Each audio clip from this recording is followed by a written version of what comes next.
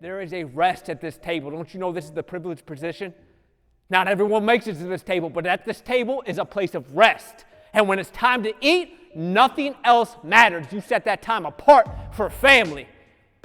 And at that table, you get to hear the king's decrees, his wisdom given. You get to hear the desires of his heart. You get to have those conversations that nobody else gets to have. At this table, you get to rest and find a power exchange. You get to rest and build a relationship. You get to rest and see your dad do what only your dad can do. Watch what I'm talking about. We set one of those tables just yesterday.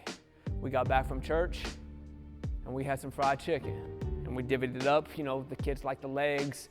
We like the white meat. Here's a thigh for this one. And we divvied up everyone's portion according to what they like, right? We got the sides to go with it. And we all sat around a table, said our prayers, and we ate as a family. Now, what would happen if during that meal there was a knock on the door?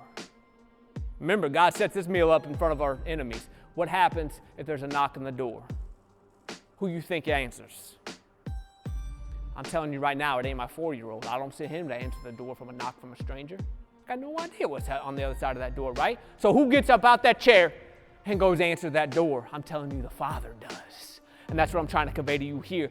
You stay at rest because your dad will take care of business. This is your privileged place. You ain't got to strive and work.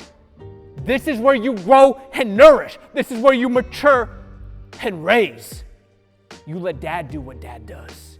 He gets up and when that darkness tries coming against, you let dad get up from that table because that's his honor. Don't you understand? He's the authority in this house.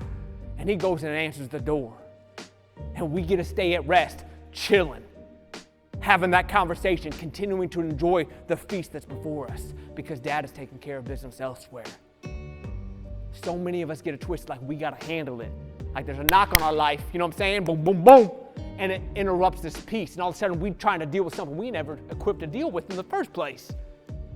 Instead of just going, Dad, it's for you, and letting him answer it. We got to come into this place of rest.